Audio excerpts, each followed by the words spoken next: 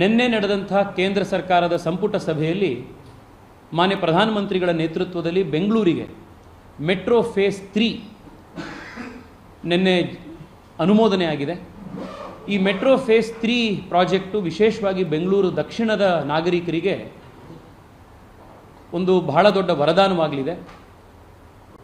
J P ನಗರದ 4ನೇ ಹಂತ ವೇಗಾ ಸಿಟಿಯಿಂದ ಪ್ರಾರಂಭ ಆಗಿ ಕೆಂಪಾಪುರದವರೆಗೆ ಹೋಗುವಂಥ ಈ 44 ಕಿಲೋಮೀಟರ್ ಉದ್ದದ ಮೆಟ್ರೋ ರೈಲು ಸುಮಾರು 15,600 ಕೋಟಿ ರೂಪಾಯಿ ವೆಚ್ಚದಲ್ಲಿ ನಿನ್ನೆ ಅನುಮೋದನೆ ಆಗಿದೆ. ಈ ಮೆಟ್ರೋ ಕಾಮಗಾರಿ ಕಂಪ್ಲೀಟ್ ಆದ ನಂತರದಲ್ಲಿ ನಾವು 2029 ಒಳಗಡೆ ಇದು ಕಂಪ್ಲೀಟ್ ಆಗಬೇಕು ಅಂತಿದೆ.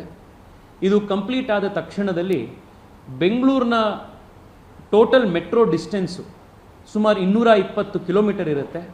ಇದು ಕಂಪ್ಲೀಟ್ ಆದಮೇಲೆ ಸುಮಾರು 9 ಲಕ್ಷ ಜನ ಬೆಂಗಳೂರು ಸೌತ್ನ ಈ 44 ಕಿಲೋಮೀಟರ್ ಉದ್ದದ ಮೆಟ್ರೋ ಮಾರ್ಗದಲ್ಲಿ ದಿನಕ್ಕೆ ಬಳಸ್ತಾರೆ ಅನ್ನುವಂಥದ್ದಿದೆ.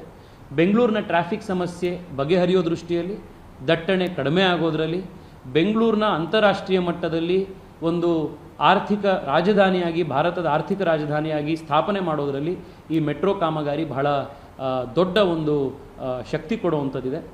2017ರಲ್ಲಿ ಬೊಮ್ಮಾಯಿಯವರು ಮುಖ್ಯಮಂತ್ರಿಗಳಾಗಿದ್ದಂಥ ಸಂದರ್ಭದಲ್ಲಿ 17-18ರ ಸಂದರ್ಭದಿಂದ ಈ ಮೆಟ್ರೋ ಕಾಮಗಾರಿಗಳ ಬೇರೆ ಬೇರೆ ಪ್ರಕ್ರಿಯೆಗಳು ಎಲ್ಲವೂ ಪ್ರಾರಂಭ ಆಗ್ತಾ ಇತ್ತು.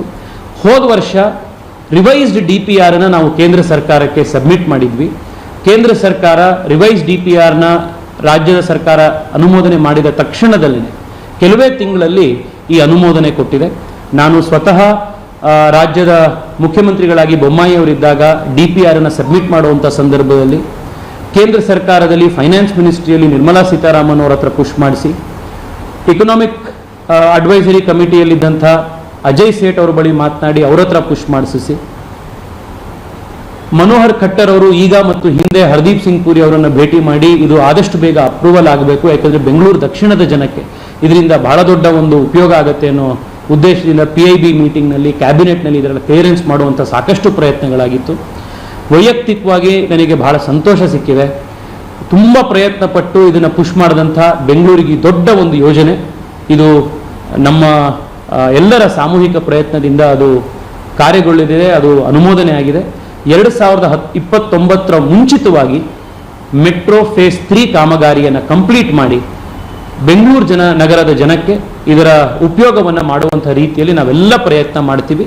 ಈ ಸಂದರ್ಭದಲ್ಲಿ ಬೆಂಗಳೂರಿನ ಜನಕ್ಕೆ ನಾನು ವಿಶೇಷವಾದಂಥ ಅಭಿನಂದನೆಗಳನ್ನು ಕೂಡ ಸಲ್ಲಿಸ್ತಾ ಇದ್ದೀನಿ. ನಮಸ್ಕಾರ.